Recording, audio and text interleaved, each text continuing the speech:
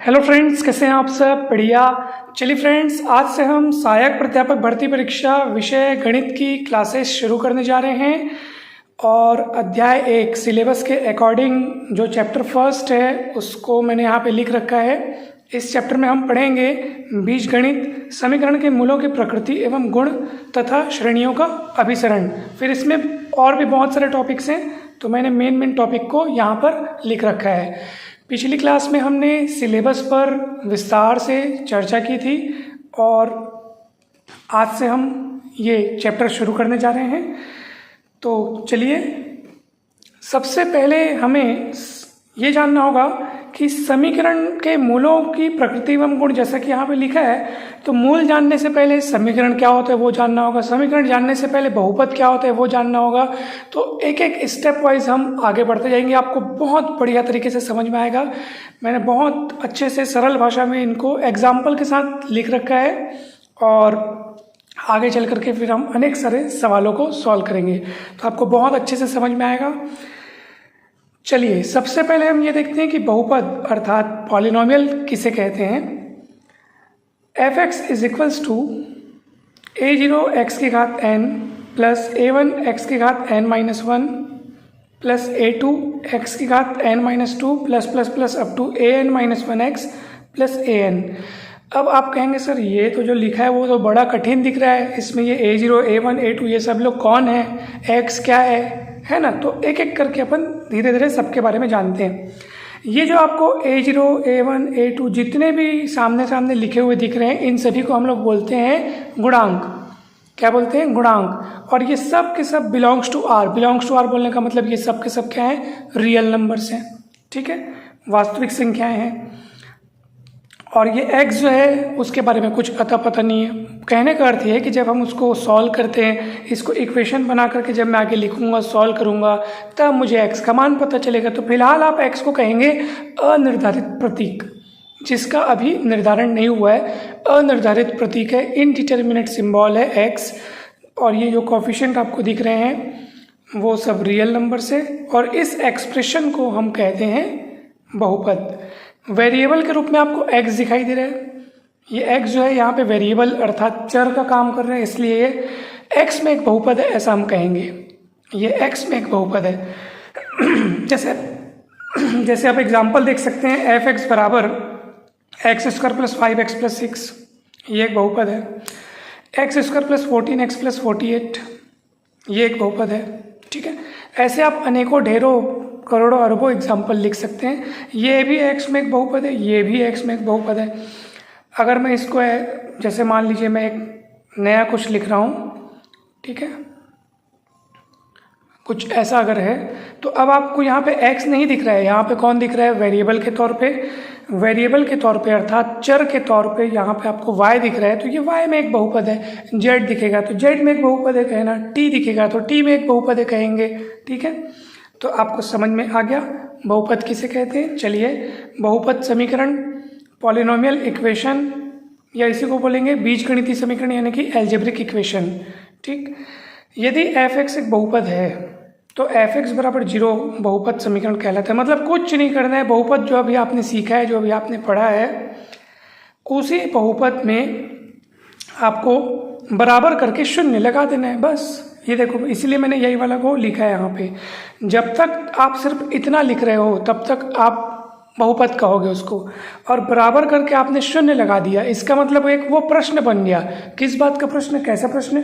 कि भैया बराबर करके आपने शून्य लगा दिया, मतलब अब वो इक्वेशन बन गया। इक्वेशन मतलब जिसको सॉल्व करके x का मान निकालना हो। ये केवल एक एक्सप्रेशन है, केवल पॉलिनोमियल है, मगर उसी पॉलिनोमियल को 0 के बराबर रख देने से अब वो पॉलिनोमियल इक्वेशन बन गया दोस्तों, बहुपद समीकरण बन गया। वैसे ही ये वाला देखो आप, जब तक आप सिर्फ इतना लिख रहे हो ना तब तक वो पॉलिनोमियल है अर्थात बहुपद है, और उसी में जब आप बराबर करके शून्य लगा रहे हो तब वो क्या है? बहुपद समीकरण बन गया, ठीक है।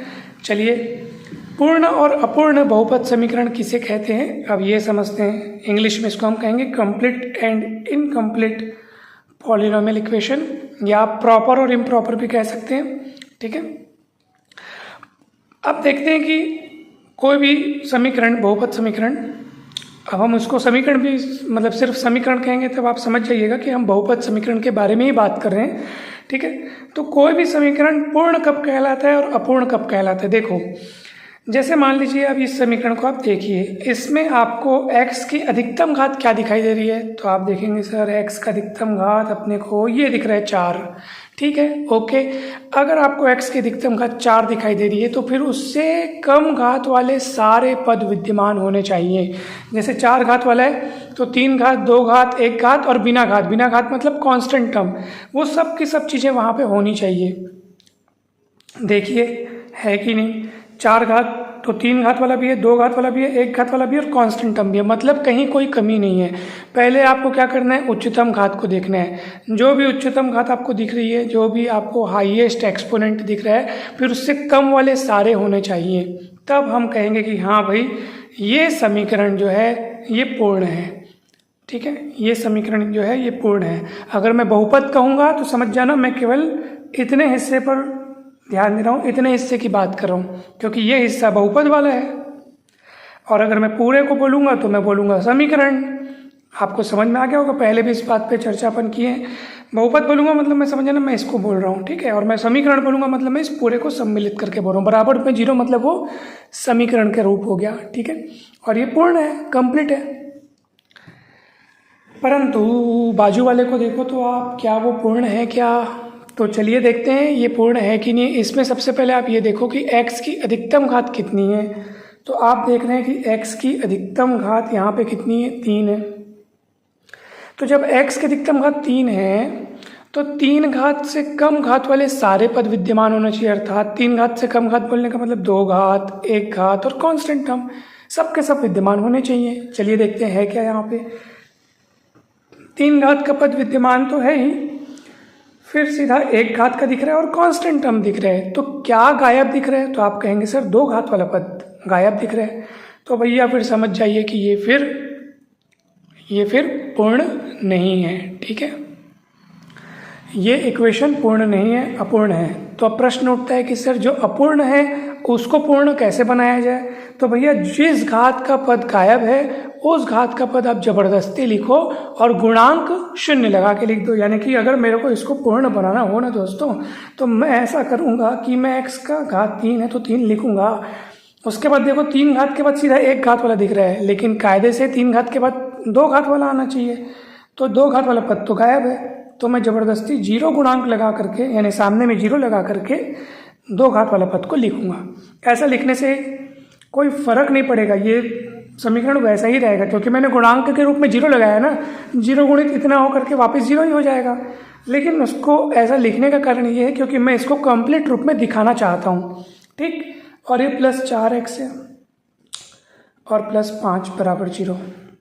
तो अब आप देख पा रहे हैं यहाँ पे ये किस रूप में बदल चुका है, कंप्लीट फॉर्म में ये चेंज हो चुका है दोस्तों। देखो तो जिस घातांक वाला पद गायब रहेगा, है ना भाई, अपने को पहले मैक्सिमम देखना है ना, मैक्सिमम देखने के बाद उससे ऊपर का तो बात ही नहीं करना है। देखो अब 3 घात का पद यहाँ पे अधिकतम 3 घात दिखाई दे रहा है, तो ऐसा नहीं सोचना है कि सर 4 घात 5 घात उसको भी लिखना पड़ेगा क्या, ऐसा नहीं। अधिकतम घात जो भी आपको दिखाई दे रहा है उससे ऊपर वाली घात के बारे में हमको कहना ही नहीं है, हमको तो अधिकतम घात से फिर कम घात वाले के बारे में सोचना है। अगर अधिकतम घात से कम घात वाले सारे पद विद्यमान हैं, सारे घातांकों वाले पद विद्यमान हैं, तो आप बोलेंगे कि भैया वो तो कंप्लीट है। और अगर वो ऐसा कुछ आपको दिख रहा है कि विद्यमान नहीं है, तो जो पद तो वो पहले तो वो इनकम्प्लीट कहलाएगा। फिर कंप्लीट बनाने के लिए आप जिस घात वाला पद गायब है गुणांक 0 लगा करके उसको आप लिखेंगे। अब ये कंप्लीट फॉर्म में बदल चुका है। साथ ही हमको समीकरण लिखने के लिए इस बात का ध्यान रखना चाहिए कि हम जो वहाँ पर समीकरण में जो पद है उनको हम बढ़ती हुई घातों में या घटती मतलब एक पैटर्न पे लिखें, ठीक है। तो उसमें भी जनरली हम लोग घटती हुई घातों में लिखते हैं। जैसे आप देख सकते हैं 4 घात 3 घात 2 घात 1 घात कांस्टेंट घटते क्रम में है। तो ये क्या है, इसमें जब भी आप कोई कैलकुलेशन करते हैं, जैसे भाग की क्रिया करना हो या कुछ करना हो, ठीक है, तो उसमें आपको थोड़ा सा सटीक होता है, वो काम सही होता है। तो इसलिए आप प्रॉपर फॉर्म में कन्वर्ट कर लिया करो, अगर प्रॉपर फॉर्म में न दिखे तब की बात है। जैसे आप देखो ये नीचे वाला ये समीकरण आपको प्रॉपर फॉर्म में, मतलब आपको घटती हुई घातों में, ये घटती हुई घातों में आपको नहीं दिख रहा है, एक घात फिर दो घात फिर सीधा कांस्टेंट, जबकि होना चाहिए दो घात एक घात कांस्टेंट। तो इस रूप में आप कन्वर्ट कर लेना। उसके बाद जब भी आप कुछ कैलकुलेशन करेंगे, भाग करना हो या और कुछ काम करना हो, तो वो सही होते हैं, ठीक है, उसमें फिर गलती होने की कोई गुंजाइश नहीं होती है। चलिए अब देखते हैं हम अगला, समीकरण की घात। किसी भी समीकरण में विद्यमान x की जो उच्चतम घातांक रहेगी, बस उसी को बोलेंगे समीकरण की घात। इसको प्रॉपर फॉर्म में हमने यहाँ पे लिखा है, x की उच्चतम घातांक वाले पद का चर घातांक। चर घातांक मतलब चर का घातांक। चर कौन है? वेरिएबल। वेरिएबल कौन है? x। और x के घातांक को ही हम लोग समीकरण का घातांक कहते हैं। तो सरल शब्दों में बस इतना समझो कि कोई भी समीकरण हमें दिया हो, उसमें जो भी वेरिएबल रहेगा, जो भी वेरिएबल अर्थात जो भी चर रहेगा, उस चर की अधिकतम घातांक जो रहेगी उसी को हम लोग समीकरण की घात कहेंगे। जैसे कि आप पहला एग्जाम्पल में देख सकते हैं, ये आपको समीकरण दिखाई दे रहा है, ठीक। अब इसमें आप x का अधिकतम घात देखो कहाँ है, ये तो है 4 घात। क्या इससे कम घात वाला पद आपको नज़र आ रहा है? क्या नज़र नहीं आ रहा है, यही अपने को अधिकतम घात नज़र आ रहा है। तो बस ये 4 घात का समीकरण है, या यूँ कहिए कि इस समीकरण की घात 4 है। इसको देखो जरा, इसमें x का अधिकतम घात ढूंढो, तो यहाँ 1 घात है, फिर 2 घात है। ये कांस्टेंट टर्म जहाँ भी दिखे ना, जैसे ये कांस्टेंट टर्म है, कांस्टेंट टर्म मतलब कि x की घात 0 वाला पद, ठीक है। जहाँ x नहीं है वहाँ x की घात 0 अपन लिखेंगे, है ना भाई। तो 0 घात 2 घात 1 घात, अधिकतम घात क्या है? अधिकतम घात अपने को 2 दिख रहा है, तो ये 2 घात का समीकरण है। आप लोग को बहुत अच्छे से समझ में आ रहा होगा, मेरा ऐसा पूरा विश्वास है, बिकॉज बहुत ही सरल चीज़ें हैं ये। हाँ, सवालों की जब अपन प्रैक्टिस करेंगे दोस्तों, उस समय अपने को बहुत अच्छे से ध्यान देना है। ये सारी बातें वहाँ पे काम आएंगी, ये सारी बेसिक बातें हैं बहुत। तो चलिए अब हम बढ़ते हैं नेक्स्ट बातों की ओर, नेक्स्ट टॉपिक की ओर। और इसके ठीक बाद अब जो टॉपिक आता है वो है समीकरण का मूल, ठीक है।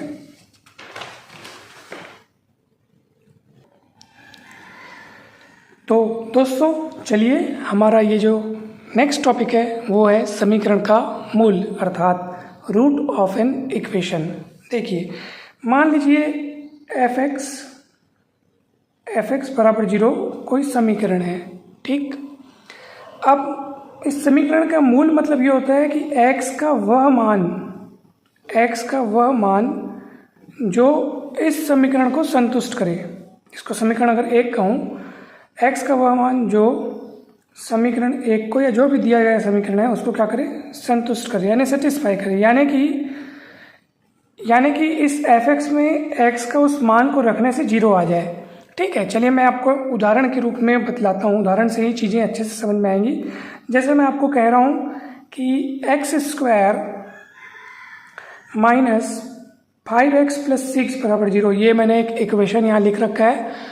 और मैं आपको ये बतलाना चाहता हूँ कि इस इक्वेशन के 2 मूल हैं, और वो कौन कौन है बताऊँ? 2 मूल कौन कौन है? 2 और 3। अब आप कहेंगे सर ऐसे कैसे, और ये कैसे पता चला? तो देखो, आप यहाँ पे x के स्थान पर 2 रख के देखो। चलिए रख के देखते हैं। तो x के स्थान पर 2 रख के देखो, तो 2² माइनस 5 × 2 + 6, ठीक है, आपने रख के देखा। अब चलिए देखते हैं कितना आ रहा है। 2 का वर्ग 4, 5 दूनी 10 + 6, 4 और 6 10 माइनस 10, कितना आया? 0। उतना ही है जो कि राइट साइड में लिखा हुआ है। मतलब x के जगह पे अगर आप जो भी मान रख रहे हो और वो मान रखने से 0 मिल जाए, 0 जो कि उसके राइट साइड में लिखा हुआ है, मतलब left hand side equal to right hand side, आप ऐसा कह सकते हैं। तो इसका मतलब ये है कि ये जो x की वैल्यू है ये इस इक्वेशन को क्या कर रही है? सेटिस्फाई कर रही है। x के स्थान पर रखे जाने से उतना ही मिल रहा है जो कि बराबर के उस पर लिखा है जो कि शून्य है, तो उतना ही आपको मिल रहा है, शून्य मिल रहा है। तो हम कहेंगे कि हाँ भाई ये जो x की वैल्यू जो अपन ने रखी है 2 वो इस इक्वेशन को सेटिस्फाई कर रही है, मतलब ये जो 2 है वो इस समीकरण का एक मूल है। ठीक इसी तरह से ये जो 3 लिखा है ये भी इस समीकरण का एक मूल है। कैसे आप देख लो, ये 3 इसको सेटिस्फाई करता है कि नहीं। तो x की जगह 3 रख के देखो, 3 का स्क्वायर -5 गुणित 3 + 6। ठीक है फ्रेंड्स, 3 3 9, 5 3 15, 6 9 6 15 -15 बराबर 0 बराबर 0। मतलब कि आपने लेफ्ट हैंड साइड में x का मान रखा और जो आंसर आया वो वही है जो राइट साइड में लिखा हुआ है, मतलब ये भी वैल्यू इस इक्वेशन को सेटिस्फाई करती है। ठीक है, तो ये भी इस इक्वेशन का एक क्या हुई, रूट हुई, यानी कि मूल हुई। अब आप कहेंगे सर आपको कैसे पता चला कि इस समीकरण के 2 मूल यही होंगे। दोस्तों ये इतना सरल काम है, ये तो हम लोग बचपने से पढ़ते आ रहे हैं। आप इस इक्वेशन को सॉल्व कर लो, इस इक्वेशन को आप सॉल्व कर लो मध्य पद को तोड़ करके या सूत्र विधि से, जैसा आप चाहो। तो गुणा करने पर 6 और जोड़ने घटाने पर -5 आना चाहिए। ये देखिए, फिर आप कॉमन निकालते हैं, ये तो अपन बचपन वाला काम है। तो सॉल्व करेंगे तो 2 और 3 आएगा। तो बस यही तो है रूट्स। ठीक है, अगर मैं आपसे कहूँ क्या भैया 1 इस इक्वेशन का एक रूट है क्या, x = 1, अगर मैं सोचूं जानना चाहूँ कि क्या x = 1 इस इक्वेशन का एक रूट है, रख के देख लो, सेटिस्फाई किया तो रूट होगा, नहीं किया तो नहीं होगा। तो चलिए देखते हैं, x की जगह 1 रखिए तो 1² -5 गुणित 1 और प्लस 6। x के स्थान पर मैं यहाँ पे क्या रख रहा हूँ, 1 रख रहा हूँ। ठीक है, तो जब x के स्थान पर मैं 1 रख रहा हूँ तो कितना मिल रहा है मेरे को, 1 और 6 7 -5 बराबर कितना मिल रहा है, 2। जबकि बराबर के उस पर क्या लिखे, 0। तो क्या 2 और 0 बराबर होते हैं क्या, नहीं होते। तो यह x = 1 इसको सेटिस्फाई नहीं कर रहा है, तो यह इसका रूट नहीं होगा। और तो मैं आपको वास्तविकता बताऊं, सच बताऊं तो इसके रूट्स केवल यही दोनों होंगे और कोई नहीं होगा, केवल यही 2 रूट्स। अब देखो इस इक्वेशन की डिग्री कितनी है पहले ये बताओ आप। अपन पिछले वाले पेज में अपन डिग्री पढ़े हैं, समीकरण की घात पढ़े हैं, तो अपन देखे हैं ना भाई कि किसी भी समीकरण में x की जो अधिकतम घात रहेगी, किसी भी इक्वेशन में, किसी भी समीकरण में जो x की अधिकतम घात है उसी को अपन समीकरण की घात बोलेंगे। तो यहाँ पे x की अधिकतम घात आपको 2 दिख रही है, तो ये 2 ही इस समीकरण की घात है। और याद रखिएगा समीकरण की घात जो भी होती है तो वो समीकरण उतनी संख्या में मूलों को रखता है, उससे एक भी अधिक नहीं। यानी कि जैसे इस समीकरण की घात कितनी दिख रही है, 2, तो ये 2 मूलों को रखेगा, 2 से अधिक मूल ये नहीं रखेगा। ठीक, तो इस बात को आप ध्यान रखिएगा। कोई समीकरण जैसे 3 घात का है तो वो 3 मूल रखेगा, 4 घात वाला है 4 मूल रखेगा, 10 घात वाला है 10 मूल रखेगा। अब आपको अच्छे से क्लियर हो गया होगा। ठीक है, और एक खास बात, जरूरी नहीं है कि कोई समीकरण जैसे जितनी उसकी घात है, मान लो कोई 8 घात वाला समीकरण, तो ये तो तय है कि वो 8 मूल रखेगा, लेकिन जरूरी नहीं कि वो 8 के 8 मूल, 8 के 8 रूट्स वास्तविक हों, अर्थात रियल हों। उनमें से कुछ इमेजिनरी भी हो सकते हैं। ठीक है, तो कुछ भी हो सकता है। ये सब चीज़ें अपन आगे धीरे धीरे करके समझते जाएंगे। तो अभी आपने समीकरण का मूल अच्छे से समझ लिया। ठीक है, चलिए अब मैं आपको एक नहीं अनेक इम्पॉर्टेंट बातें बताता हूँ जो कि हमको आगे के सवालों को सॉल्व करने के लिए हमारी बहुत मदद करेगी। पहली बात, सम्मिश्र मूल यानी कि कॉम्प्लेक्स रूट्स जब भी मिले तो वो हमेशा जोड़ी के रूप में मिलते हैं। यानी कि मान लीजिए अगर अल्फा प्लस आई बीटा अगर किसी समीकरण का एक मूल है, किसी समीकरण का एक मूल है, अगर मान लो आपको दिख रहा है कि सर ये अल्फा प्लस आई बीटा किसी समीकरण का एक मूल है, तब अवश्य ही अल्फा माइनस आई बीटा भी उसी समीकरण का एक मूल होगा। यानी कि आप सभी जानते हैं कॉम्प्लेक्स नंबर को हम लोग इस रूप में लिखते हैं। ठीक है, जहाँ ये रियल पार्ट है और ये इमेजिनरी पार्ट है। तो कॉम्प्लेक्स नंबर अर्थात सम्मिश्र संख्याओं वाले जो मूल होते हैं वो इकलौते नहीं मिलते, सीधा जोड़ी के रूप में मिलते हैं। और अब जोड़ी भी कैसी, एक दूसरे के वो क्या होते हैं, सहयोगी होते हैं, यानी कि कॉन्जुगेट होते हैं, यानी कि प्लस माइनस का बस फर्क होता है। ठीक है, तो ये बहुत कीमती बात है, इसको ध्यान रखिएगा। इसका मैं आपको एक उदाहरण भी देता हूँ। चलिए फ्रेंड्स, तो जैसा कि आप एक सवाल यहाँ पर देख रहे हैं, बहुत ही इम्पॉर्टेंट ये सवाल है।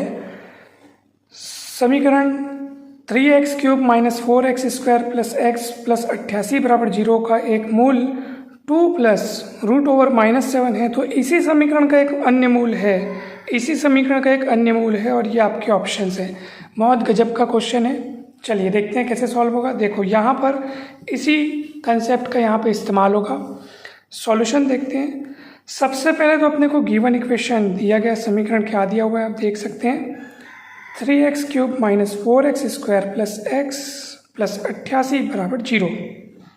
ओके, चलिए इसको समीकरण 1 कह देता हूँ, और इसका एक मूल क्या है, प्रश्न में बोल रहे हैं क्या है इसका मूल, 2 + √7। अब भैया रूट के अंदर माइनस वाली चीज़ें, मतलब आप समझ जाओ कि इसको अपन लिख सकते हैं। देखो ये कैसा है, इसको लिख सकते हैं अपन ऐसा, 2 + √1 है ना, और √7, और ये बन जाएगा आयोटा, आप सभी को पता होगा। तो ये i√7 ऐसे करके बन जाएगा। ठीक है, और ये जो है ये इस समीकरण का एक मूल है। हम नहीं बोल रहे हैं, प्रश्न बोल रहे हैं। हम तो इस कंसेप्ट का इस्तेमाल करेंगे भैया। प्रश्न मतलब कंसेप्ट कहता है अल्फा + i β यदि किसी समीकरण का एक मूल है तो जरूर अल्फा - i β भी उसी समीकरण का एक मूल होगा। यानी कि 2 + i√7 अगर इस इक्वेशन का एक रूट है तब अवश्य ही 2 - i√7 भी उसी इक्वेशन 1 का एक रूट होगा। ठीक है, यानी कि हमको 2 रूट तो यहीं मिल गए, अब बचा तीसरा रूट पता करने, क्योंकि ऑप्शन में तो वही तीसरा रूट दिया है, देखो ना, है ना भाई। तो ये अपने को पता करना है। काम थोड़ा बड़ा है, काम थोड़ा लंबा है, इसलिए ध्यान से समझिएगा। 2 रूट्स अपने को मिल चुके हैं। रूट्स मतलब क्या होता है, जो x की वैल्यू रहती है जो उस समीकरण को संतुष्ट करती है। तो x की एक वैल्यू तो अपने को प्रश्न खुद दे दिया है, 2 + i√7 करके, ये देखो ये इतना दिया है ना, ये इसका मतलब यही है। तो ये मूल तो अपने को प्रश्न स्वयं दे दिया है। ठीक है, 2 + i√7, और दूसरा जो है वो अपन ने निकाला है। दूसरा जो रूट है 2 - i√7, ये अपन ने ज्ञात किया है ना। तो 2 रूट मिल गए। अब इन दोनों रूट की मदद से हम निकालेंगे एक फैक्टर। दोनों में से एक एक फैक्टर निकलेगा, और उस फैक्टर को अपन गुणा करेंगे तो एक बड़ा फैक्टर निकलेगा। कैसे, इसको आप इधर पलटाइए तो क्या होगा, x - 2 + i√7, ये एक फैक्टर हुआ उस इक्वेशन का। ठीक, इसको इधर पलटाइए, x - 2 - i√7, और दोनों को गुणा करेंगे तो ये दिया हुआ जो इक्वेशन है, दिए हुए इक्वेशन में जो ये पॉलिनोमियल वाला हिस्सा है, इसका फैक्टर होगा कौन, ये पूरा। तो अपन लिखेंगे, अतः ये पूरा किसका फैक्टर होगा, 3x³ - 4x² + x + 88। 3x³ - 4x² + x + 88 का एक गुणनखंड होगा। गुणनखंड होगा मतलब कि उसको डिवाइड करेगा। तो ये ट्रिक, ये तरीका आप लोग हमेशा समझ लीजिए कि जब हमारे पास रूट्स दिए हों, रूट्स को पलटाना है, गुणनखंड तैयार करना है। जितने रूट्स बनेंगे ना, जैसे ये एक रूट है, इसको पलटाओगे तो एक गुणनखंड तैयार हुआ।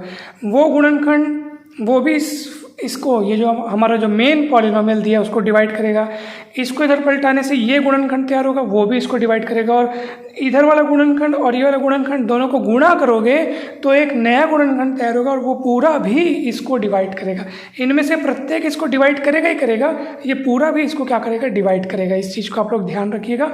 और इसी प्रोसेस से हम तीसरे रूट की ओर बढ़ रहे हैं। ठीक है, तो ये इसका एक गुणनखंड होगा। तो भैया पहले इसको आप गुणा तो करके देख लो। तो आप देख सकते हैं कि इसको हम रीअरेंज करके लिख रहे हैं। क्या मैं इसको ऐसे लिख सकता हूँ, क्या ब्रैकेट खोलूँगा तो x-2 प्लस i√7, मतलब मैं प्लस लिख चुका हूँ, मतलब मैं ये पहले ये वाला लिख देता हूँ। ठीक है, कोई दिक्कत नहीं है, पहले इसको भी लिख सकते हैं। अब मैं प्लस लिख चुका था तो मैं इसको पहले लिख रहा हूँ, ऐसा सोचो आप। ठीक है, क्योंकि ब्रैकेट ओपन करेंगे तो माइनस और माइनस माइनस प्लस हो जाएगा। और इसको लिखेंगे x-2 माइनस i√7। ठीक है, तो इन दोनों का गुणा जो है वो इसका एक गुणनखंड होगा। किसका?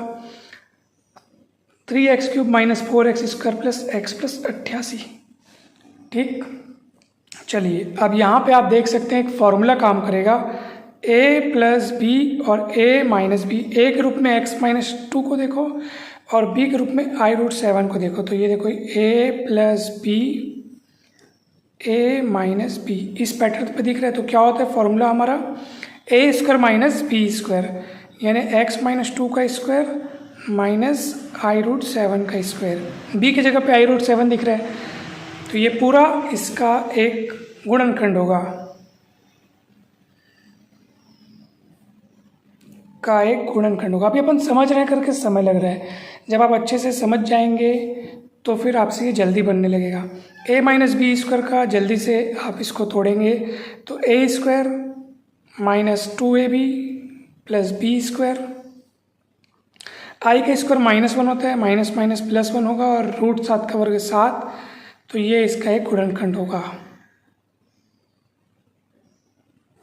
आगे लिखिएगा का गुणनखंड होगा। इसको अपन सॉल्व करेंगे तो x² माइनस 4x, 4 7 कितना हो जाएगा 11। ये भी इसका एक गुणनखंड होगा। ठीक है, अब गुणनखंड होगा लिख रहे हैं तो भैया गुणनखंड होने का मतलब ये है कि अब ये चीज़ उसको डिवाइड करेगी, पूरा डिवाइड करेगी, क्योंकि गुणनखंड है भाई तो डिवाइड करेगी। और ये गुणनखंड कहाँ से मिला? इन दोनों गुणनखंडों को गुणा करने पर मिला। और ये दोनों गुणनखंड कहाँ से मिले? इन दोनों मूलों को ऐसे पक्षांतर करने पर मिले। तो यही तरीका आप लोग अच्छे से समझ जाओ, हमेशा ऐसे ही बनाना, जब भी कुछ मूल दिए हों और कुछ ज्ञात करने हो तो ये बहुत अच्छा तरीका है। और भी अनेक तरीके होते हैं जिनमें हम आगे बातें करेंगे। तो ये इसका गुणनखंड होगा, तो ये इसको पूरा क्या करेगा? डिवाइड करेगा। तो चलिए डिवाइड करने का काम अपन करते हैं। अतः करके लिखता हूँ मैं 3x³ minus 4x² plus x plus 88 लिख करके ऐसे करके डिजाइन लगाते हैं डिवाइड करने का। और x² minus 4x plus 11, x² minus 4x plus 11। अब चलिए डिवाइड करने का बहुत सरल सिंपल आसान तरीका क्या है आप सभी को पता होगा। आपको सबसे पहले क्या करना है दोस्तों, इसका पहला पद अपॉन इसका पहला पद करके देखना है। ठीक है, तो पहला मतलब इसका पहला पद फिर इसका पहला पद आपको करना है, ये लिखना है, इसका पहला पद लिखना है और बटा करके इसका पहला पद लिखना है। ठीक, इतना ही सरल काम आपको करना है। बस इतना ध्यान रखिएगा कि जो भी पॉलिनोमियल यहाँ और यहाँ लिखा है वो घटते हुए प्रॉपर फॉर्म में, यानी कि सबसे बड़ी घात फिर उससे कम फिर उससे कम फिर कांस्टेंट, और यहाँ पे भी वैसा ही हो, तो आपका जो डिवाइड करने के काम में कहीं गलती नहीं होगी। ठीक है, तो जब आप डिवाइड करेंगे तो आप देख सकते हैं x³ x² कट के 1x बचेगा और 3x बचेगा। जो भी यहाँ बच रहा है उसको आप यहाँ ऊपर लिख लो, ये हमारा भागफल मिलता जाएगा। अब जो भी आप यहाँ लिख चुके हो उस पूरे को उठाओ और इन सबों के साथ गुणा करके यहाँ लिखते जाओ। तो 3x को मैं x² से गुणा करूँगा तो 3x³ आएगा, क्यूब के नीचे क्यूब वाला लिख लिए। 3x को मैं 4x से गुणा करूँगा -4x से, चिन्ह सही थे ना भाई, तो 3 चौके हो जाएगा 12 और x हो जाएगा x²। और 3x को मैं 11 से गुणा करूँगा तो कितना आएगा 33x। तो x के नीचे x वाला, x² के नीचे x² वाला, इस तरह से अपन लिखेंगे तो सही बनेगा, गलती की गुंजाइश नहीं रहेगी। फिर इसको घटाना है, इसमें से इसको घटाना है, तो घटाने के लिए चिन्ह बदलना पड़ेगा। ये प्लस है तो माइनस, ये माइनस है तो ये प्लस हो जाएगा, ये प्लस है तो ये माइनस हो जाएगा। चलिए 3x³ में से 3x³ घट पिट के ख़त्म, -4x² और +12x², तो +12x² -4x² हो जाएगा 8x², और +x -33x, तो -33x में से 1x प्लस होगा तो -33 + 1 दैट इज़ -32x, और ये +88 को अपन उतार लेंगे। फिर वही काम, पहला मतलब पहले पद को पहले पद से आपको डिवाइड करना है, पहले पद को पहले पद से डिवाइड करना है। 8x² है ना, इसका पहला पद 8x², यहाँ पे x² है, तो देखेंगे तो आप x² क्या हो रहा है, कट रहा है, बच क्या रहा है 8, जो बच रहा है उसको इधर लिखो। -8 बचता तो मैं माइनस सहित लिखता, चिन्ह समेत लिखना है। फिर आप इसको उठा के इधर गुणा करेंगे, तो 8 को x² से गुणा करेंगे तो 8x², फिर 8 चौके 32x, फिर 8 11 88, और आप फिर घटाने का काम करेंगे। माइनस प्लस है तो माइनस, माइनस है तो प्लस, और प्लस है तो माइनस। 8x² 8x² कट पिट के ख़त्म, -32x + 32x कट पिट के ख़त्म, +88 -88 ख़त्म, तो 0 पूरा, शेषफल 0, और शेषफल 0 बचना ही था, मतलब शेषफल 0 ही आना था। ठीक है, यहाँ पे ये इसको पूरा विभाजित होना ही था। शेषफल में जैसे अभी आप देख रहे हैं कुछ भी नहीं बच रहा है, तो ये सही है। शेषफल वैसे भी हमको 0 ही मिलना था। क्यों? क्योंकि हम जिस चीज़ से डिवाइड कर रहे हैं वो वास्तव में इसका एक गुणनखंड है। गुणनखंड से आप डिवाइड करोगे तो शेषफल फिर क्यों बचेगा, है ना, तो शेषफल आपको 0 ही मिलेगा। तो अब जो ये भागफल मिला है वो आपका तीसरा गुणनखंड बन गया। देखो याद करो, ये एक गुणनखंड था, ये दूसरा गुणनखंड था, दोनों गुणा किए तो एक नया गुणनखंड मिला था, है ना भाई। फिर आप उसको डिवाइड किए थे, तो ये जो बचा है ना, ये भी उसी पॉलिनोमियल का 3x³ - 4x² + x + 88 का एक क्या होगा, गुणनखंड होगा। ठीक है, और गुणनखंड होगा मतलब जो तीसरा जो बचा हुआ जो रूट है वो इसी गुणनखंड की बदौलत प्राप्त होगा। इसी को आपको 0 के बराबर रखना है। ठीक है, और यहाँ से x का मान प्राप्त करना, तो 8 उधर जाएगा तो -8, और 3 बटे में आएगा तो ये ऐसे -8/3, ये आपका अभिष्ट उत्तर होगा। x का मान आएगा -8/3, और ये आपको दिया है ऑप्शन बी में।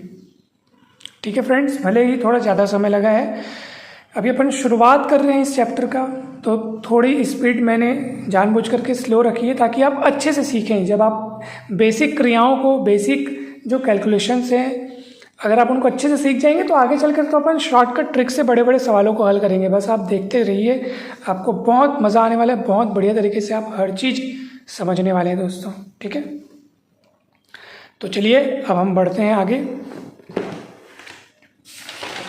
एक और क्वेश्चन देखते हैं। तो चलिए दोस्तों, आप देख सकते हैं एक बहुत ही ज़बरदस्त क्वेश्चन यहाँ पर लिखा गया है, जिसमें हमें एक पॉलिनोमियल दिया हुआ है और उसको अपने को x - 3 से डिवाइड करना है, और डिवाइड करने के पश्चात जो भागफल और शेषफल आएगा उसको अपने को ज्ञात करना है। ठीक है, वैसे तो यहाँ पर एक थ्योरम, एक कंसेप्ट लगाया जा सकता है कि भाई जब f(x) को x - a से डिवाइड किया जाता है तो f शेषफल बचता है, परंतु हम यहाँ पर भागफल और शेषफल दोनों ज्ञात करना चाहते हैं। तो एक उपाय तो ये है कि आप क्या कीजिए, इस पूरे पॉलिनोमियल को इससे डिवाइड कीजिए, जैसा अपन ने डिवाइड किया ना अपन पिछले पेज में। ठीक है, पिछले सवाल में आपने देखा ये अपन ऐसे डिवाइड किए पूरा, है ना। तो अपन यहाँ पर भी अपन वही काम कर सकते हैं। ठीक है, यहाँ पे भी अपन वही काम कर सकते हैं कि इस पूरे पॉलिनोमियल को इससे अपन डिवाइड कर लें, है ना भाई। तो हमारे पास भागफल और शेषफल दोनों मिल जाएगा, परंतु हम यहाँ पर भाग करने की एक दूसरी विधि देखने जा रहे हैं जिसको अपन बोलते हैं सिंथेटिक डिवीज़न, यानी कि सांश्लेषिक विभाजन, जिसके अंतर्गत हमको क्या करना होता है। सबसे पहले तो आप क्या कीजिए, इस बहुपद को देखो, ये अपने कंप्लीट रूप में होना चाहिए, प्रॉपर फॉर्म में होना चाहिए, अगर नहीं है तो हम कन्वर्ट करेंगे। फिलहाल तो ये प्रॉपर फॉर्म में दिख रहा है, 3 घात, 2 घात, 1 घात और कांस्टेंट, सारे पद विद्यमान हैं, ठीक है, घटती घात में है, घटते क्रम में है, ठीक है। तो चलिए हम इनके गुणांकों को लिखेंगे। देखो इसका गुणांक कितना है 1, तो यहाँ पे लिख दो आप 1, फिर कितना है 5 तो लिख दो 5, फिर कितना है 4 तो लिख दो 4, फिर है 50 तो लिख दो 50। फिर आप क्या करेंगे, फिर आप यहाँ पर एक ऐसे लाइन खींचेंगे, ठीक है। ऐसे लाइन खींचने के पश्चात आपको क्या करना है, एक लाइन ऐसे खींच दो और एक लाइन ऐसे भी खींच दो, ठीक है फ्रेंड्स। ये थोड़ा टेढ़ा हो गया, थोड़ा इधर गैप लिखना, गैप करना मतलब, ठीक है। अब इस तरफ क्या लिखना है वो देखो, हम सिंथेटिक डिवीजन किससे करना चाह रहे हैं, हमारा काम जो है किससे डिवाइड करना है अपने को, इस पॉलिनोमियल को अपने को x-3 से डिवाइड करना है। तो जिससे डिवाइड करना है ना उसको आप 0 के बराबर रख दो, तो यहाँ से आपको x का मान मिलेगा, और x का जो मान मिल रहा है उसी मान को आप इस तरफ लिखो। जिससे भी आपको डिवाइड करना है, जिससे भी आप सिंथेटिक डिवीजन करना चाह रहे हैं उसको आप 0 के बराबर रखिए, वहाँ से x का मान निकालिए, x के मान को यहाँ लिखना है। अब आपका काम शुरू होगा, देखिए कैसे। सबसे पहला काम आपको करना है ये है कि पहले वाले अंक को जस का तस लिख दो, 1 को जस का तस लिखो, जो भी आप पहले लिखा रहेगा उसको जस का तस लिख दो। अब आपको बारी बारी से गुणा करने का काम करना है। 1 × 3 तो आएगा 3, फिर इनको जोड़ो 5 3 8, फिर इसको गुणा करो 8 3 24, तो इधर लिखो 24, फिर इन दोनों को जोड़ो 24 4 28, फिर 28 गुणित आपको 3 करना है, तो 8 3 24 और 20 3 60 यानी कि 84, तो आपको लिखना है 84, ठीक है। उसके बाद इन दोनों को जोड़ो तो ये आपका आएगा 134। अब सिलसिला ख़त्म हो चुका है क्योंकि आगे और संख्याएं है ही नहीं, तो आपका काम यहीं पे समाप्त हो जाएगा। तो लास्ट वाला जो मिलेगा अपने को, लास्ट में जो अपने को मिला है वही आपका शेषफल होगा। तो शेषफल जो है वो आपका हो गया 134, और भागफल भी अपने को ज्ञात करना है, तो भागफल भी अपने को मिल जाएगा। भागफल कहाँ से मिलेगा, वो मिलेगा इनके बदौलत, ठीक है। अब आप देखो 3 घात वाला बहुपद में से आप 1 घात वाले बहुपद को आप क्या कर रहे हो, है ना, 3 घात वाले बहुपद ये है, ये 3 घात वाला बहुपद है, इसको आप डिवाइड कर रहे हो इससे, तो 3 घात वाले को डिवाइड कर रहे हो 1 घात वाले से, तो जो बचेगा वो 2 घात वाला होगा। 3 - 1, 3 - 1, 3 - 1 यानी कि बचा वाला बहुपद जो भागफल जो आपको मिलेगा वो 2 घात वाला बहुपद होगा। तो ये 2 घात वाला बहुपद ये यहीं से तैयार होगा, ये उसके गुणांक हैं। कैसे, आप लिख दो 1 8 28, आप लिख दो 1 8 28 लिख दो, और बस x की घातों को घटते क्रम में लिख दो।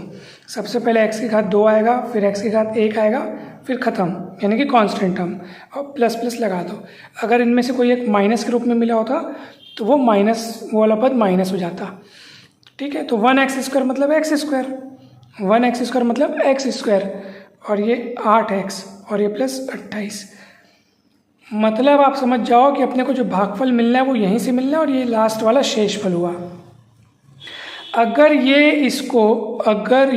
इसको पूरा पूरा डिवाइड करता, अर्थात यूँ कहिए कि अगर ये इसका गुणनखंड होता तो शेषफल अपने को 0 मिलता, ठीक है। और आप कहेंगे सर x² से ही क्यों शुरू किए, क्योंकि आप देखो ना 3 घात वाले बहुपद को डिवाइड करो 1 घात वाले से, तो बचेगा 2 घात वाला, तो 2 घात वाला, इसलिए मैं 2 घात 1 घात फिर कांस्टेंट, इस तरीके से आपको लिखना है।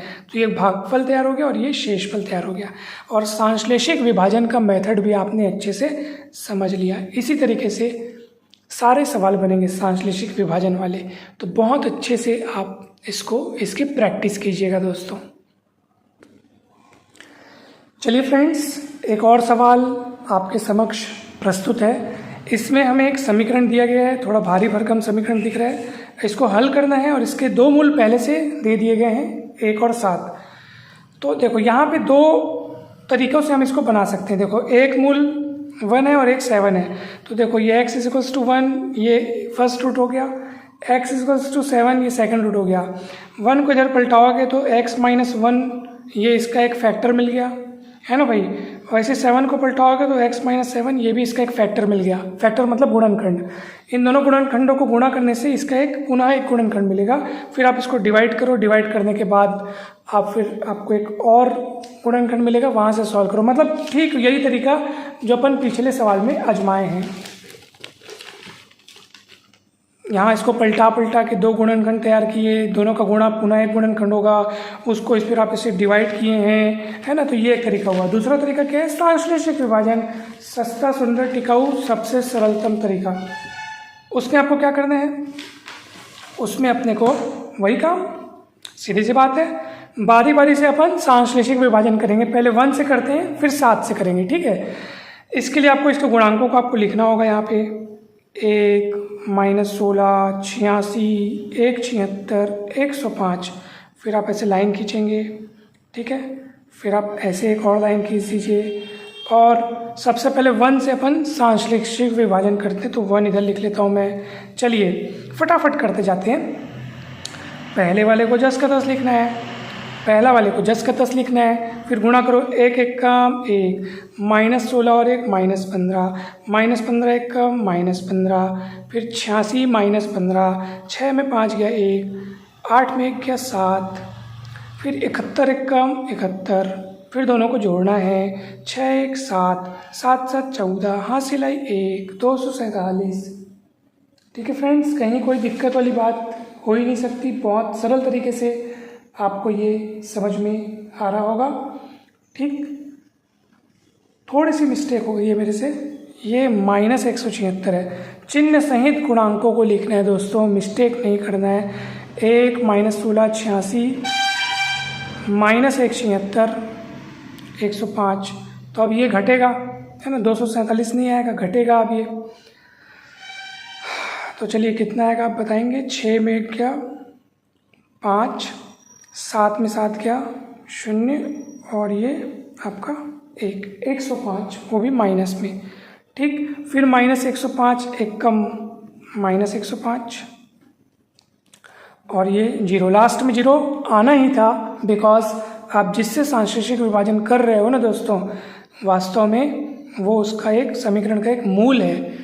तो मूल है तो उसको जो गुणनखंड तैयार होगा पूरा पूरा डिवाइड करेगा, शेषफल 0 बचेगा, ठीक। अब बचा हुआ काम आप किससे करेंगे? बचा हुआ काम आप इससे कर लो, ठीक है। चाहो तो आप इसको अलग से लिख लो। ये देखो, ये जो बचा हुआ काम है ना, अब 7 से अपने को सांश्लेषिक विभाजन करना है, 7 से करना है। अभी आपने 1 से किया, अब आपको आगे की कहानी जो बचा हुआ जो है आपका, उसको आप 7 से करेंगे। तो चाहो तो यहीं कंटिन्यू करो या इसको एक बार फिर से लिख लो ताकि आपको डाउट ना हो। ये 1 को लिख लिया, -15 71 -105, लाइन खींचा ऐसे ऐसे, फिर मैं 7 से करने तो 7 को लिख लो।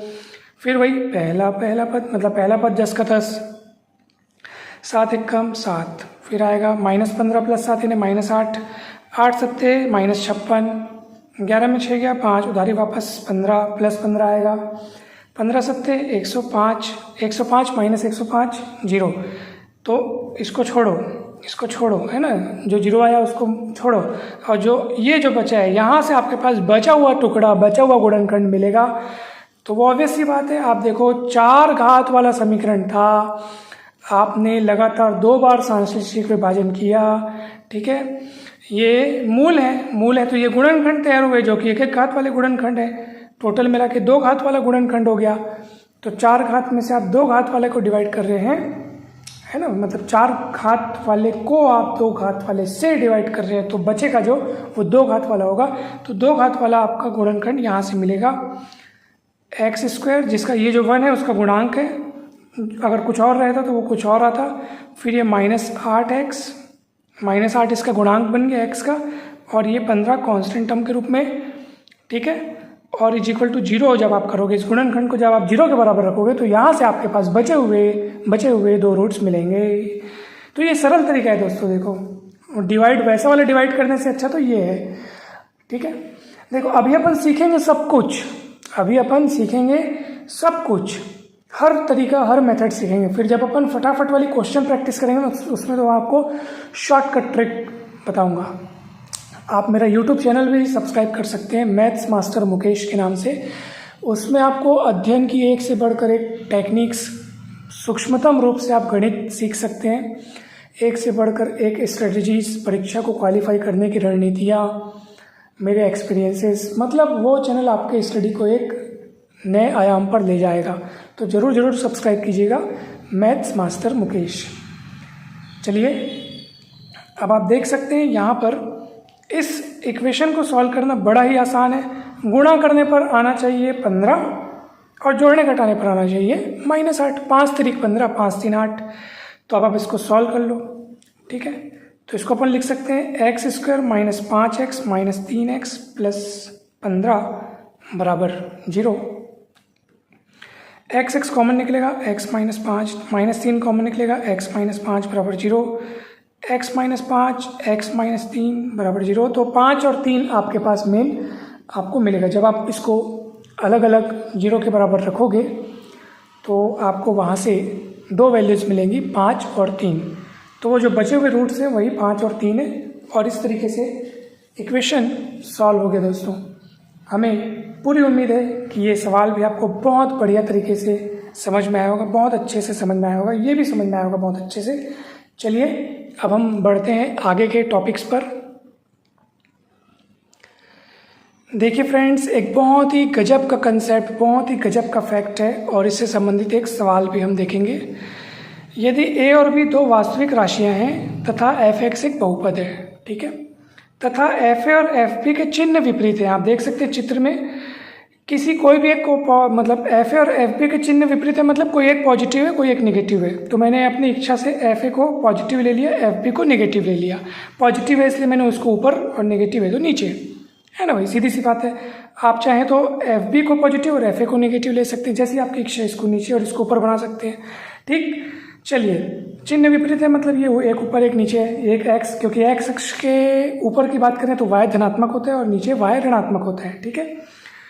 तब अवश्य ही f(x) का कम से कम एक रियल जीरो यानी कि वास्तविक शून्य, यानी x की ऐसी वैल्यू जो उस बहुपद को शून्य कर दे, या यूँ कहिए कि उस समीकरण का एक मूल, अवश्य उस समीकरण का एक मूल, उस बहुपद समीकरण का एक मूल, यानी कि जब उस बहुपद से अपन समीकरण बनाएंगे तो अवश्य ही उस समीकरण का एक मूल a और b के बीच अवश्य स्थित होगा। अब आप कैसे, आप कहेंगे सर ये बात समझ में आ नहीं रही है, तो आप खुद सोचो, जब मैं इस कोने और इस कोने को मिलाऊंगा, ठीक है, क्योंकि बहुपद तो सदैव संतत होता है, यानी कि लगातार होने वाला फलन होता है वो। तो जब मैं इसको मिलाऊंगा तो चलो मिलाओ तो भला, मैं इस कोने को इस कोने से जब भी मिलाऊंगा तो ऑब्वियस सी बात है वो कहीं ना कहीं कभी ना कभी तो x को कट करके ही जाएगा।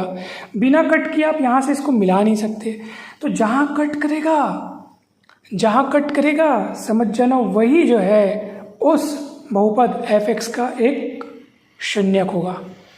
तो यही ये जो फैक्ट कहता है वो यही है कि अगर मान लो दो वास्तविक संख्या ऐसी हैं कि एक वैल्यू पर वो बहुपद की वैल्यू, बहुपद का मान धनात्मक और एक पर ऋणात्मक होता है, मतलब उन दोनों के बीच यानी a और b के बीच कोई एक ऐसा मान जरूर होगा जिस पर बहुपद का मान शून्य होगा, क्योंकि जब आप इसको इससे मिलाओगे तो वह x अक्ष को कट करके जाएगा। जहाँ कट करके जाएगा वही x की वैल्यू, मान लो ये वैल्यू अल्फा है तो समझ जाओ f अल्फा जो है वो शून्य होगा, ठीक है, f अल्फा क्या होगा, शून्य होगा। इस कंसेप्ट को हमेशा याद रखिएगा आप लोग। ये क्वेश्चन है जिसमें आपको एक इक्वेशन दिया है और सिद्ध करना है कि वो एक नेगेटिव रूट रखता है, 0 और 1 के बीच एक पॉजिटिव रूट रखता है और 1 से बड़ा एक अन्य पॉजिटिव रूट रखता है। चलिए अब मैं यहाँ पे नंबर लाइन बना रहा हूँ, 0 है 1 है, उधर 1 से बड़ा मतलब अनंत सोचो प्लस अनंत, और 0 से छोटा मतलब माइनस अनंत। 0 से छोटा मतलब कितना छोटा, पता नहीं कितना छोटा, तो इस कोने को माइनस अनंत कह दिया, इस कोने को प्लस अनंत कह दिया। चलिए यहाँ पर ये f(x) आपके पास कितना दिया है, f(x) आपके पास दिया है x³ - 7x + 2, ठीक है। अब यहाँ पे मैं x के स्थान पर माइनस अनंत रख के देखता हूँ। चलिए माइनस अनंत यानी ये वाला कोना रख के देख रहा हूँ। बहुत सरल तरीके से आपको सोचना है। सोचो x की जगह मैं माइनस अनंत रख रहा हूँ, माइनस अनंत का क्यूब मतलब वापस माइनस अनंत, और उसके बीच ये लोग की वैल्यू आखिर क्या ही होगी। ये तो माइनस अनंत बोलने का मतलब बहुत बड़ा नेगेटिव मान, ऐसा सोचो आप। अब आप बोलोगे सर अनंत माइनस अनंत का तो अस्तित्व होता नहीं है सर, ये तो अस्तित्वहीन है या अपरिभाषित है, आप कैसे रख रहे हो। तो माइनस अनंत बोलने का मतलब ये है दोस्तों कि बहुत बड़ा वाला नेगेटिव मान आप सोच रहे हो यहाँ पे। तो खुद सोचो आप, जब बहुत x की वैल्यू कोई बहुत बड़ा नेगेटिव वैल्यू रखोगे, उसका क्यूब करोगे तो वो और भी बड़ा बहुत ज़्यादा नेगेटिव वैल्यू मिल जाएगा। इतना ज़्यादा नेगेटिव मिल जाएगा कि वही x की वैल्यू जब आप यहाँ रखोगे तो ये कुछ दमदार वैल्यू नहीं है, ये क्यूब है, क्यूब। सोचो आप मतलब ऐसा नहीं होगा कि एक्स की वैल्यू ये जो यहाँ पे रख के जो मिलेगा वो इसके साथ घट पिट के इसको पॉजिटिव बना देगा, ऐसा नहीं होगा। क्योंकि एक्स की वैल्यू बहुत बड़ी वाली जब निगेटिव यहाँ रखोगे तो क्यूब होने के कारण वो और भी बहुत बहुत ज़्यादा निगेटिव हो जाएगी, इतनी ज़्यादा नेगेटिव हो जाएगी कि ये लोग उस पर जब जुड़ेंगे घटेंगे, जैसे -7x+2 जब आप उसमें करोगे तब भी वो नेगेटिव ही बना रहेगा, वो कोई पॉजिटिव नहीं हो जाएगा, क्योंकि ये इतना दमदार तरीके से नेगेटिव है ये। ठीक है, तो कुल मिला के f माइनस अनंत जब आप यहाँ पे लिखोगे तो ऑब्वियस सी बात है कि वो आपको <0 ही मिलेगा, मतलब वो नेगेटिव ही मिलेगा। ठीक है, वास्तव में f माइनस अनंत यहाँ पे कितना मिलेगा, माइनस अनंत ही मिलेगा, और वो <0 है। माइनस अनंत मतलब बहुत बड़ा नेगेटिव। ठीक है, ऐसे हो गया, मतलब अपने को <0 मिला है। चलिए, तो माइनस अनंत रखने पर अपने को <0 मिला। अब अपन 0 रख के देखते हैं, क्या रख के देखते हैं, 0। चलिए 0 रखिए यहीं पे। ठीक है, अब मैं 0 रख के देख रहा हूँ। x के स्थान पर जब 0 रखूँगा तो 0 हो जाएगा, मेरे पास बचेगा 2 जो कि 0 से बड़ा है। यानी माइनस अनंत रखने पर 0 से छोटा मान मिल रहा है, 0 रखने पर 0 से बड़ा मान मिल रहा है। यानी कि जरूर इसका एक रूट माइनस अनंत और 0 के बीच उपस्थित है। यही वाला कंसेप्ट लगा ना दोस्तों, एफ और एफ बी के चिन्ह विपरीत हैं, तो एफ एक्स का कम से कम एक शून्यक जो है, वास्तविक शून्यक ए और बी के बीच प्राप्त होगा। यही वाला कंसेप्ट आप यहाँ पे इस्तेमाल कर रहे हो। माइनस अनंत रखने से नेगेटिव मिल रहा है अपने को, 0 रखने से अपने को पॉजिटिव मिल रहा है। f0 जो है वो 0 से बड़ा है, जबकि f माइनस अनंत 0 से छोटा है। ठीक है ना, आप कुछ ऐसा देखो, एक इस तरीके से ये फोटो भी आप देख सकते हो, है ना भाई। ये तो नहीं बनाना चाहिए मुझे, ये ऐसा देखो आप। ठीक है, ये y अक्ष को नहीं ऐसा समझो। ठीक है, ये माइनस अनंत और 0, इस पे आपको बहुपद का मान निगेटिव मिल रहा है और इस पर आपको क्या मिल रहा है, पॉजिटिव। आप देख लो, f0 का मान 2 मिला है जो कि पॉजिटिव है, इसलिए मैंने ऊपर डंडा खींच दिया। और f अनंत का मान मेरे को माइनस अनंत मिल रहा है, नीचे मिल रहा है, तो मैंने नेगेटिव खींच लिया, नीचे खींच लिया। अब जब आप इसको इससे मिलाओगे तो कभी ना कभी तो ये लाइन को कट करके जाएगा, और जहाँ कट करेगा वहाँ पे बहुपद का एक शून्यक मिल जाएगा। मतलब अवश्य ही एक शून्यक जो है 0 से छोटा है, अर्थात नेगेटिव है। तो ये चीज़ सिद्ध हो गई कि एक नेगेटिव रूट रखता है ये इक्वेशन। और क्या बोल रहे हैं, 0 और 1 के बीच एक पॉजिटिव रूट रखता है बोल रहे हैं। चलिए भैया 0 रख के देखें अपन, तो f0 अपने को 0 से बड़ा मिला है। चलिए इसी में अगर मैं 1 रख के देखूं तो 1 रखो तो जरा, 1 - 7 + 2 दैट इज़ आपको मिलेगा -4, क्योंकि 1 और 2 3, -7 दैट इज़ -4, यानी नेगेटिव मिल गया। यानी कि अगर मैं 0 से 1 के बीच की कहानी देखता हूँ तो आप देखो f0 की वैल्यू 2 मिली है जो कि 0 से बड़ी है, यानी कि पॉजिटिव है। जबकि f1 यानी x के स्थान पर 1 रखने पर मुझे -4 मिल रहा है जो कि 0 से छोटा है, अर्थात नेगेटिव है। यानी कि f1 मेरे को नेगेटिव मिल रहा है, 1 पर मेरे को नेगेटिव मिल रहा है, 0 पर मेरे को पॉजिटिव मिल रहा है। जब मैं इसको इससे मिलाऊंगा तो वापस ये कहीं ना कहीं इस x अक्ष को कट करके जाएगा, फिर से वहाँ एक शून्यक मिलेगा। मतलब एक शून्यक आपको 0 और 1 के बीच मिल रहा है। तो ये दूसरी वाली बात भी सिद्ध हो गई। और एक शून्यक 1 से बड़ा बोल रहा है। ठीक है, तो चलिए f अनंत रख के देखो, प्लस अनंत ना, तो सोचो आप प्लस अनंत रख के देखोगे तो ये अनंत बोलने का मतलब बहुत बड़ा वाला मान। वो तो बहुत x का कोई बहुत बड़ा अरबों खरबों में मान रखोगे, क्यूब होने के नाते वो और भी बड़ा हो जाएगा, इतना बड़ा हो जाएगा कि वही x का मान जब आप यहाँ रखोगे, अब आप सोचोगे सर ये तो माइनस भी है, कितना ही हो जाएगा, ये तो क्यूब है ना भैया, ये तो बहुत बड़ा मान देगा आपको, जिसमें ये लोग उल्लेखनीय परिवर्तन नहीं कर पाएंगे। ठीक है, मतलब ये लोग के जुड़ने घटने से उसमें कोई खास फर्क पड़ेगा नहीं, ये क्यूब है भैया, ये बहुत बड़ा मान देगा आपको। तो जब x का मान आप अनंत मतलब बहुत बड़ा रखोगे, अनंत रखोगे, तो आपको वास्तव में अनंत मिलेगा जो 0 से बड़ा रहेगा। तो आप देखो अनंत रखने पर आपको वास्तव में बड़ा मान मिल रहा है, मतलब धनात्मक मान मिल रहा है। तो जब आप इसको इससे फिर से मिलाओगे 1 वाले को और अनंत वाले को, जब आप मिलाओगे तो आपको फिर से x अक्ष को कट करके जाएगा। मतलब एक रूट, ये इक्वेशन एक रूट अवश्य ही 1 और अनंत के बीच रखता है, मतलब 1 से बड़ा एक पॉजिटिव रूट रखता है। तो इस तरह से ये हमारा सवाल बन गया दोस्तों। तो मुझे पूरी उम्मीद है कि आज के ये टॉपिक्स आपके लिए काफ़ी हेल्पफुल सिद्ध होंगे, बहुत अच्छे से आपको समझ में आया होगा आज के कंसेप्ट्स। तो दोस्तों इसी तरह से आप ज़रूर हमारे प्रत्येक क्लासेस में जुड़े रहिए, बने रहिए। मुझे पूरी उम्मीद है कि ये क्लासेस आपके लिए काफ़ी ज़्यादा हेल्पफुल सिद्ध होंगी और दोस्तों YouTube channel maths master Mukesh को ज़रूर सब्सक्राइब कीजिएगा। उसमें आपको मैथ्स के एक से बढ़कर एक शॉर्टकट ट्रिक्स, बेसिक बातें, साथ ही साथ मोटिवेशनल वीडियोस आपको मिलेंगे। परीक्षा की रणनीति कैसी हो, टाइम मैनेजमेंट कैसे करें, स्ट्रेस मैनेजमेंट कैसे करें, सवालों को बनाने का सरल तरीका क्या है, मतलब उसमें आपका जो अध्ययन है एक अलग लेवल पे जाएगा। तो ज़रूर सब्सक्राइब कीजिएगा। और चलिए अब हम जल्द ही मिलते हैं नेक्स्ट क्लास में।